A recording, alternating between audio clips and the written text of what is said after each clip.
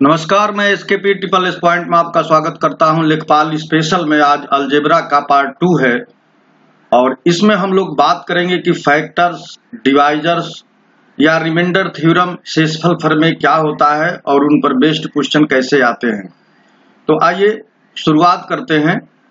Factors, divisors होते क्या हैं, यानी गुणनखंड क्या होता है और किसी अलजेब्राइक एक्सप्रेशन में हम गुणनखंड कैसे पता करते हैं, ये सब बातें आज के वीडियो में करेंगे।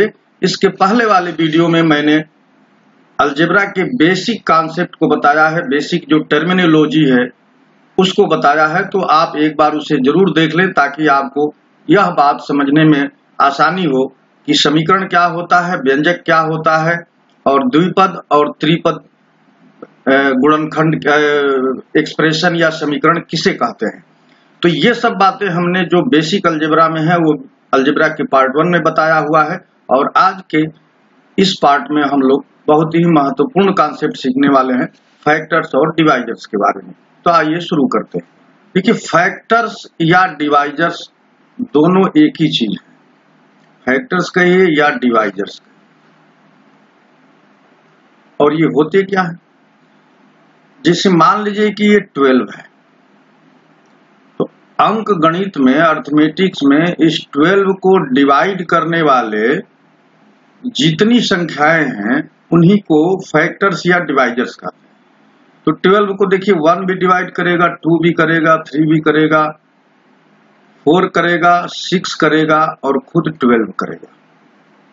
तो 1, 2, 3, 4, 6 और 12 ये सभी 12 के फैक्टर्स हैं और इन फैक्टर्स को ही डिवाइजर्स कहते हैं। और डिवाइजर्स और फैक्टर्स ये दोनों एक ही बात है, बस फैक्टर्स को हम लोग गुणनखंड कहते हैं हिंदी में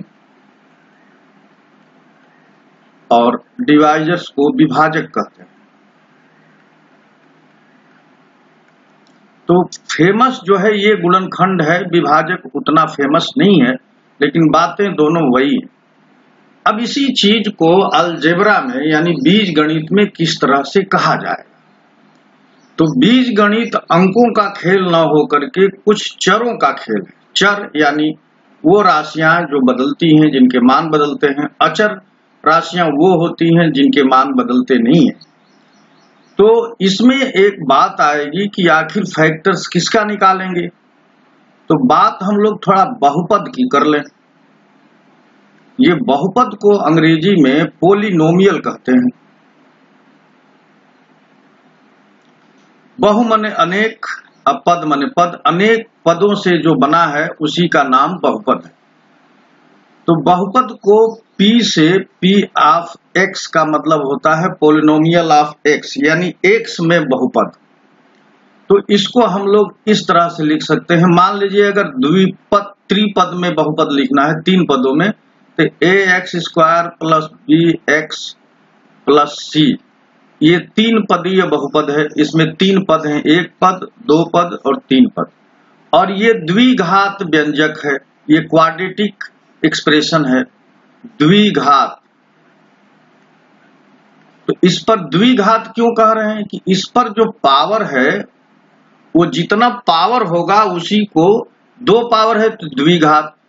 अगर मान लीजिए कि यही P ऑफ X एक ऐसा व्यंजक हो जिसमें 3 घात हो, यानी ax³ plus bx² plus cx plus d, मान लीजिए ये एक व्यंजक है या यह एक पोलिनोमियल है। तो अब इस पोलिनोमियल में देखिए 1, 2, 3, 4 पद हैं। ये इस पोलिनोमियल में पदों की संख्या यानी नंबर ऑफ टर्म्स 4 है और इसकी घात 3 है। तो ये जो है त्रिघातीय बहुपद है, 3 घात इसमें है। तो सबसे बड़ी बात ये होती है कि अगर हम जनरल एक बहुपद लिखें, जनरल मतलब एक बहुपद किस टाइप का दिख सकता है, तो x में एक जनरल बहुपद ऐसे दिखेगा कि an x के पावर n प्लस an-1 यानी एक पद कम और x के power n-1 plus a2 an-2 और ये x के पावर n-2 और इसी तरह से ये पद देखिए n की वैल्यू घटती जाएगी और लास्ट में आपको मिलेगा a0 और x0। a0 हो जाएगा, जैसे ये n घटते घटते 0 पर आ जाएगा और x 0 हो जाएगा, तो ये जो पद होगा ये पद कांस्टेंट होगा। तो ये ऐसा एक बहुपद है जिसमें n टर्म्स हैं। n माने n अगर n 20 रखते हैं तो 20 पद होंगे, n बराबर 50 रखते हैं तो 50 पद होंगे। तो इसमें टर्म्स जो हैं ये n है, तो n टर्म वाला यह एक बहुपद है। पद समझ रहे हैं, टर्म्स को हम लोग पद कह रहे हैं। तो एक से अधिक जब पद होंगे तो उनको बहुपद कहने लगेंगे। तो ये एक बहुपद है। अब हम लोगों को जो बहुपद मिलेगा वो हो सकता है कि 2 घात, 3 घात, 4 घात का बहुपद मिले। अब एक कल्पना करिए कि ये एक बहुपद है, x² प्लस 2x माइनस 4, ये एक बहुपद। अब हम ये चाहते हैं कि x के इस वैल्यू को, ये x² प्लस 2x एक द्विघात समीकरण है। समीकरण कब होगा और बहुपद कब होगा या एक्सप्रेशन कब होगा, ये बात हम लोग सीखेंगे। अगर मान लीजिए कि इसमें x की कौन सी वैल्यू रख दी जाए कि इसका मान 0 हो जाए, तो हम एक सरल थोड़ा सा एग्जांपल ले लेते हैं जिसको तुरंत आप बता सकते हैं। तो मान लीजिए कि एक बहुपद हमने ले लिया x-1। अब इस बहुपद में अगर x की वैल्यू हम लोग 1 रख दें तो इसका मान 0 हो जाएगा, यानी p(1) रख दें तो जहां जहां x है वहां 1, तो ये 0 हो जाएगा। तो किसी बहुपद में, किसी पॉलिनोमियल में x के वो मान जिस मान के लिए, जैसे मान लिए x का मान हमने t रख दिया या u रख दिया, तो x के जिस मान के लिए उस बहुपद का वैल्यू 0 हो जाए उसको रूट्स कहते हैं, यानी वो मान रूट्स कहलाएंगे। रूट्स यानी मूल। फिर बात समझिए, किसी बहुपद में मान लीजिए कि ये एक बहुपद हम जनरल लिख दे रहे हैं, ax² plus bx plus c, ये एक बहुपद है। अगर हम x बराबर t रख दें, मान लीजिए x की वैल्यू t रखने पर ये 0 मिल जाए, यानी जहां जहां x है वहां वहां t रख दें और t की वैल्यू क्या होगी, t की वैल्यू कोई भी ये रियल नंबर हो जाए, t कोई भी रियल नंबर हो जाए, तो t यहां पर रख दें, यानी x की जगह पर t रख दें तो ये at² plus bt plus c और ये वैल्यू 0 मिल जाए। तो t रखने पर, यानी t एक ऐसी संख्या है जो x² plus bx plus c में x की जगह पर t रखने पर जब उस समीकरण का, उस व्यंजक का मान 0 हो जाए तब t को इस व्यंजक का रूट कहते हैं। रूट यानी मूल कहते हैं।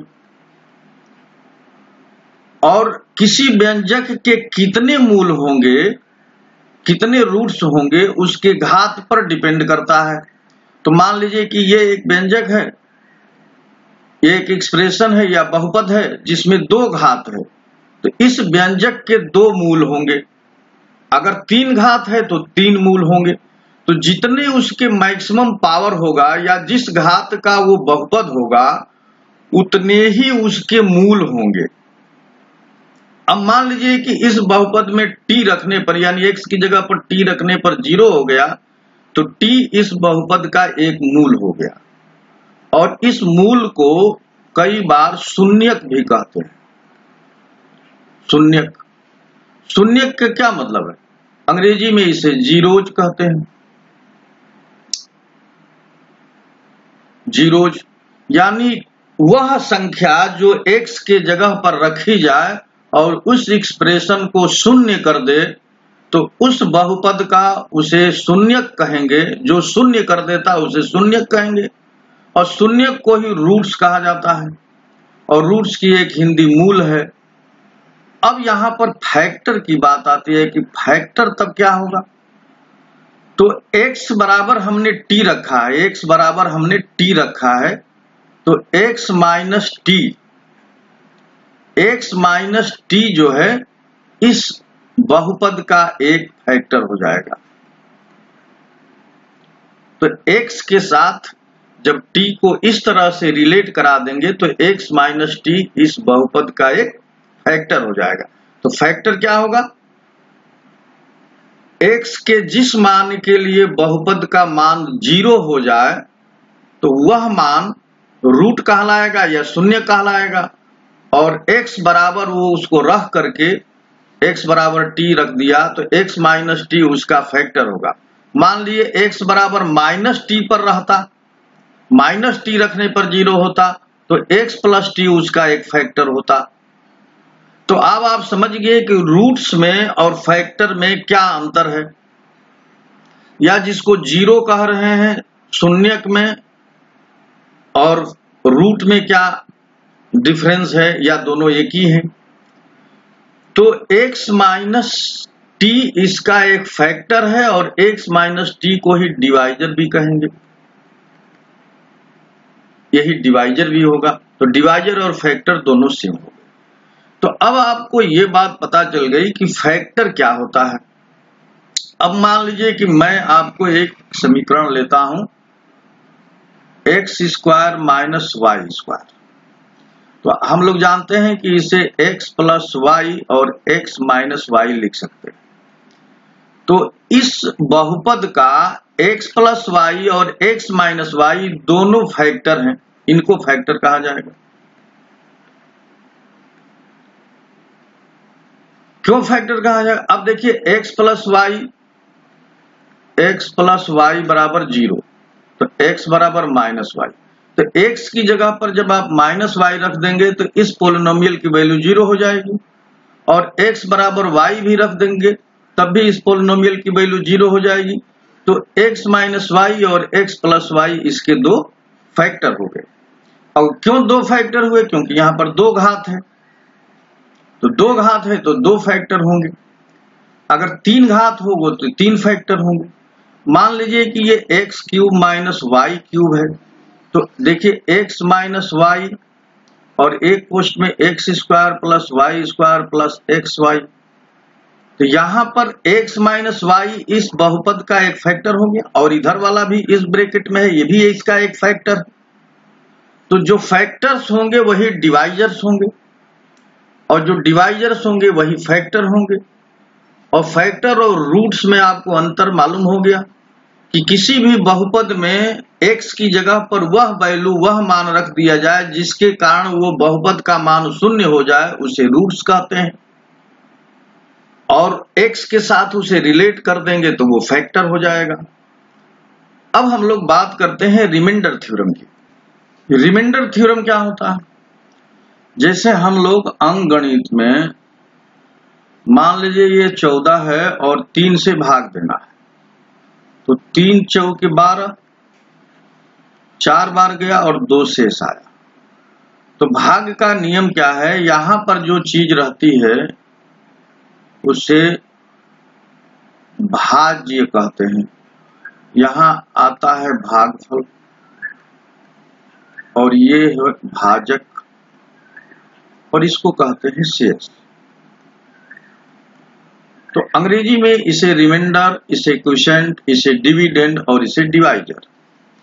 अब इन चारों में संबंध क्या होता है? तो जो ये भाज्य होता है वो भाजक गुणे भागफल धन शेष, और शेष जो है, ये जो शेष होता है ये 0 से बड़ा होता है। शेष कभी शून्य नहीं, शून्य से छोटा नहीं हो सकता, यानी निगेटिव नहीं हो सकता। शेष हरदम पॉजिटिव रहे। अब इसी चीज को मान लीजिए कि एक बहुपद है p ऑफ x, ये एक बहुपद है। और इसको हम लोग कहेंगे कि ये भाज्य है। इसमें g ऑफ x से भाग दिया गया, ये भाजक है, तो भागफल q ऑफ x आ गया, ये भागफल है। और जो शेष आया वो r ऑफ x आ गया, ये शेष है। तो अब इन चारों में क्या संबंध होगा? चारों में संबंध कैसे डिफाइन करेंगे?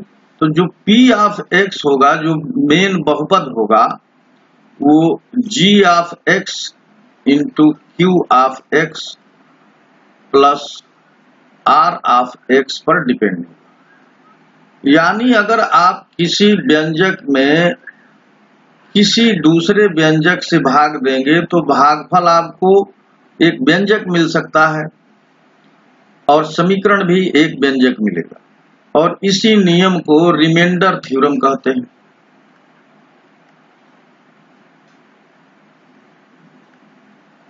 यही है आपका रिमाइंडर थ्योरम।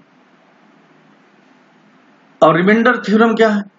ये r ऑफ x जीरो कब होगा? जब ये पूरा पूरा कट जाएगा, यानी भाग शेष जीरो कब होता है? जैसे मान लीजिए कि 12 है और 12 में 4 से भाग देंगे तो 4 तिहाई 12, अब ये देखिए शेष जीरो हो गया। तो जब 12 का 4 एक फैक्टर होगा, 12 का अगर फैक्टर 4 होगा तो 12 में 4 से भाग देने पर शेष जीरो आए। तो अगर किसी बहुपद का कोई फैक्टर है, अब आपसे समझिए कि p ऑफ x का g ऑफ x एक फैक्टर है, फैक्टर, ये फैक्टर। इसका अर्थ क्या हुआ कि इस p ऑफ x में, इस बहुपद में जब gx से यानी इस बहुपद से भाग देंगे तो शेष जो मिलेगा वो मिलेगा शून्य। यानी अगर किसी बहुपद का कोई बहुपद फैक्टर है तो उस बहुपद से जो फैक्टर है उस बहुपद में भाग देने पर शेष शून्य मिलेगा। तो इसका अर्थ क्या हुआ कि मान लीजिए कि p ऑफ x एक पॉलिनोमियल है, यानी बहुपद है, और g ऑफ x इसका एक फैक्टर है, और g ऑफ x को मान लीजिए ये एक फैक्टर है, और ये x plus x minus a है। मान लीजिए x minus g of x जो है x minus a, g of x बराबर x माइनस a जो है एक कांस्टेंट है, a की वैल्यू कुछ भी हो सकती है, 1 2 3 कुछ भी। तो g of x p of x का फैक्टर है और g ऑफ x को हमने x माइनस a मान लिया। तो अगर ये फैक्टर है तो क्या करेंगे, x माइनस a बराबर 0 रखेंगे तो x बराबर a आ गया। इसका मतलब ये हुआ कि जो ये पॉलिनोमियल है p ऑफ x, अगर हम इसमें x की जगह पर a रख देंगे तो ये 0 हो जाएगा। अगर ये 0 हो गया तो x माइनस a इसका फैक्टर होगा दोनों तरफ से। अगर x minus a p of x का फैक्टर होगा तो x की जगह पर a रखने पर 0 हो जाएगा। अगर कोई नंबर x की जगह पर रखने पर 0 कर दे रहा है उस बहुपद को, तो x माइनस a उस बहुपद का एक फैक्टर होगा, और इसी को डिवाइजर्स कहें। तो अगर आपको शेष निकालना है तो क्या करेंगे, शेष 0 कब होगा, जो x की जगह पर जो वैल्यू रखी जा रही है किसी बहुपद में, अगर उसे शून्य कर दे तो x माइनस a उस बहुपद का एक फैक्टर होगा। आइए अब हम लोग एग्जाम्पल से कुछ बातें समझते हैं। देखिए ये एक क्वेश्चन है जिसमें ये पूछा गया है कि यदि x के पावर 11 प्लस 1 x प्लस 1 से विभाज्य है तो शेषफल क्या होगा। यानी हम ये कहें कि 12 एक संख्या दिया है और कहे कि ये 3 से कट जाता है, माने भागफल चला जाता है, तो शेष क्या होगा भाई। 12 अगर 3 से कटता है तो 3 से भाग देंगे तो ये पूरा पूरा 0 आ जाएगा, तो शेष 0 मिलेगा। अगर 12 3 से कटता है, इसका मतलब कि 3 जो है 12 का फैक्टर है, और फैक्टर को ही डिवाइजर कहते हैं। तो यहां पर अर्थ क्या होगा कि अगर x प्लस x के पावर 1 प्लस 1 का x प्लस 1 से ये विभाज्य है, कट जाता है, इसका मतलब कि x प्लस 1 फैक्टर है x के पावर 11 प्लस 1 का। तो जब ये एक फैक्टर होगा तो क्या करेंगे, x प्लस 1 बराबर 0 रखेंगे और x की वैल्यू आ गई -1। अब यहां पर इसमें x की जगह पर -1 रखेंगे, तो -1 के पावर 11 प्लस 1। अब देखिए -1 के पावर, अगर पावर उसकी घात कोई अगर सम संख्या है तब तो इसका वैल्यू 1 होगा, अगर पावर विषम संख्या है तो इसकी वैल्यू -1 होगा। तो -1 प्लस 1 बराबर 0। तो इसमें शेष क्या आ जाएगा, शेष पूछ रहा है तो शेष इसका 0 आ गया। तो x प्लस 11 प्लस 1 अगर x प्लस 1 से विभाज्य होगा तो शेष 0 होगा, और यही हमको बताना था। आइए एक दूसरा क्वेश्चन से समझते हैं अपनी इस बात को। देखिए इस क्वेश्चन में दिया है कि जब x के power 4 minus 3x cube plus 2x square minus 5x plus 7 को x माइनस 2 से विभाजित किया जाता है तो शेषफल क्या होगा। किससे विभाजित किया जा रहा है, x माइनस 2 से। तो जिससे विभाजित किया जा रहा है x माइनस 2 से, तो इसे 0 लिख लेते हैं, x माइनस 2 बराबर 0 और x बराबर 2 हो गया। अब क्या करेंगे कि इस पूरे समीकरण में x की जगह पर 2 रखेंगे। तो देखिए x के power 4 minus 3x cube plus 2x square minus 5x plus 7। अब इसमें x की जगह पर 2 रखेंगे क्योंकि x माइनस 2 से इसे डिवाइड किया जाता है। तो x की जगह पर यहाँ पर 2 रखेंगे तो ये 2 के पावर 4 माइनस 3 इंटू 2 के पावर 3 प्लस 2 इंटू 2 के पावर 2 माइनस 5 इंटू 2 प्लस 7। अब देखिए 2 के पावर 4 को क्या लिखेंगे, 2 के पावर 4 16 होता है, ये 8 3 के 24 हो गया, प्लस 4 दूनी 8 हो गया, माइनस 5 दूनी 10 प्लस 7। अब देखिए प्लस प्लस हम लोग जोड़ लेंगे तो 16 8 और 7 ये प्लस है, तो 16 8 24, 24 और 7 31 हो गया, और 24 और 10 34 हो गया। तो माइनस 34 है और प्लस 31 है, तो ये माइनस आ गया 3, 31 3 24, तो -3 आ गया। तो -3 इसका शेष आ जाएगा, और यही आपसे पूछ रहा है कि भाग देने पर शेषफल क्या आएगा, तो -3 शेष आ गया इसका। तो इस तरह के क्वेश्चंस में जब आपसे ये पता दिया जाए कि इस एक्सप्रेशन से भाग देने पर शेष क्या आएगा, तो उस शेष को आप ऐसे निकाल सकते हैं। आइए एक और एग्जांपल से इस बात को समझते हैं। देखिए ये क्वेश्चन है कि यदि x minus 2 x square plus 3qx minus 2q का एक गुणनखंड है तो q का मान क्या होगा। देखिए इस पूरे व्यंजक का x माइनस 2 गुणनखंड है, इसका मतलब कि x माइनस 2 इसको विभाजित करेगा, तो विभाजित करेगा तो x बराबर x माइनस 2 बराबर 0, यानी x बराबर 2 रखने पर यह 0 होना चाहिए, क्योंकि अगर उसका ये फैक्टर होगा x माइनस 2, अगर इसका एक फैक्टर है तो इसमें भाग देने पर 0 आएगा, शेष क्या आएगा 0 आएगा। तो इसमें x की वैल्यू 2 रखने पर ये 0 के बराबर होना चाहिए, और तब हम q का मान निकाल लेंगे। तो देखिए x square plus 3qx minus 2q, अब इसमें x की जगह पर 2 रखना है, तो ये 4 हो गया, और ये 3q और x की जगह पर 2 है माइनस 2q, और ये 0 के बराबर होगा।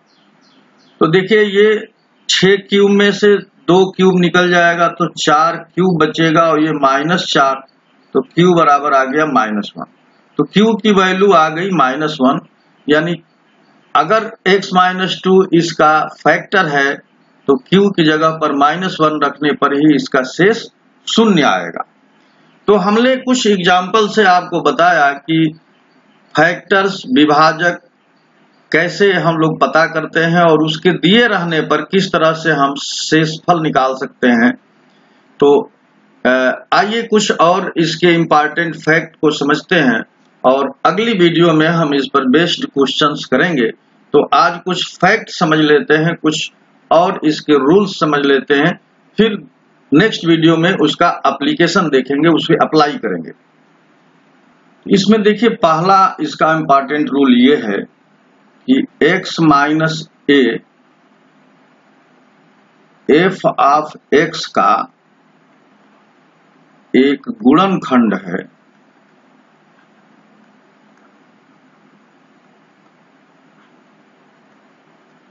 तो f ऑफ a बराबर 0 होगा। इसका अर्थ क्या है कि अगर f ऑफ x यानी कोई पॉलिनोमियल दिया है, कोई बहुपद दिया है और ये कह रहा है कि x माइनस a उसका गुणनखंड है, तो उस पॉलिनोमियल में x की जगह पर a रखने पर शून्य होना चाहिए। ये पहला रिजल्ट। दूसरा रिजल्ट ये है कि अगर x minus a f of x का फैक्टर है, नहीं, यदि किसी पॉलिनोमियल में f ऑफ x में f ऑफ a रखने पर ये 0 हो जा रहा है, f ऑफ x में f ऑफ a रखने पर 0 हो जा रहा है, तब x minus a f of x का एक गुणनखंड होगा।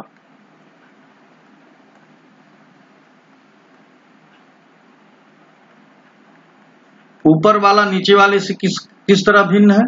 अगर x माइनस a इसका एक फैक्टर है तो f ऑफ a 0 होगा।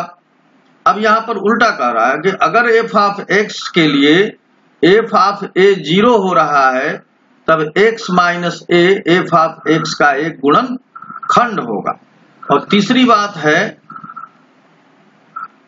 बात इसी तरह से है कि ax minus b g of x एक दूसरा है का फैक्टर है। अगर ax minus b g of x का फैक्टर है, तब g, अब देखिए ax जो ax माइनस b है इसके बराबर 0 कर देंगे तो x बराबर आ जाएगा b by a।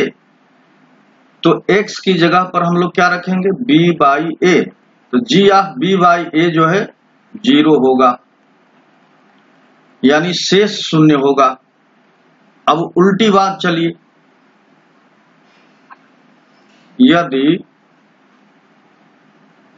g of b by a 0 हो रहा है फॉर g ऑफ x के लिए,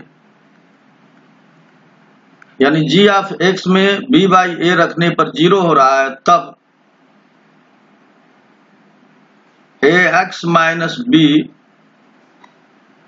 g ऑफ x का एक गुणनखंड होगा।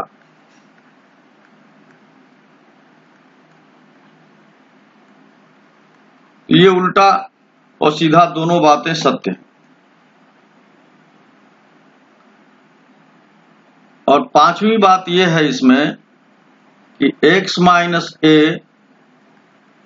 x माइनस b अगर f ऑफ x के फैक्टर हैं,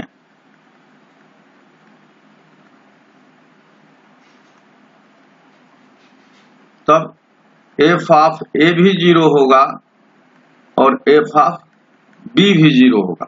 तब ये अलग अलग दोनों x की जगह पर a रखने पर और x की जगह पर b रखने पर ये अलग अलग 0 होने चाहिए। तो अगर किसी पॉलिनोमियल के कई फैक्टर्स दिए हैं तो उन फैक्टर्स के रूट्स पहले पता कर लेंगे। और रूट्स पता करने के लिए क्या करते हैं कि जैसे ये x माइनस a फैक्टर है तो इसे 0 के बराबर इक्वेट कर देते हैं और तब x बराबर a आ गया। तो x की जगह पर a वैल्यू रखेंगे और वो 0 होना चाहिए अगर x माइनस a इसका फैक्टर है। तो अगर किसी वैल्यू x बराबर a के लिए कोई पॉलिनोमियल 0 हो जाता है तो x माइनस a उसका एक फैक्टर होगा। और 6वीं बात हम लोग ये देखेंगे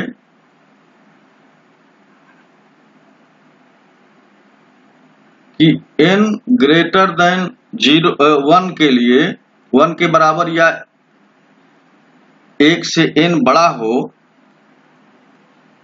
और एक पॉलिनोमियल f ऑफ x दिया है और x माइनस a से विभाजित किया जाता है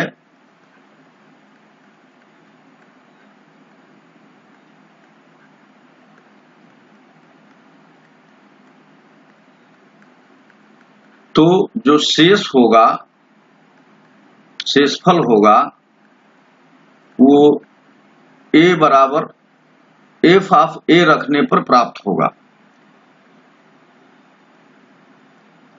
x माइनस a से विभाजित किया जाता है तो जो शेषफल आएगा वो f बराबर f ऑफ a रखने पर पता चलेगा। अगर ये फैक्टर हो गया x माइनस a, अगर फैक्टर हो गया x minus a f of x का फैक्टर हो गया तब f ऑफ a जो है 0 हो जाएगा। अब फैक्टर नहीं है और शेषफल निकालना है तो f ऑफ a की जो वैल्यू होगी वही उसका शेषफल होगा। तो ये कुछ महत्वपूर्ण बातें थी जिसको हम लोगों को इस चैप्टर में समझना था और इसी के बेस पर कल हम लोग क्वेश्चन करेंगे।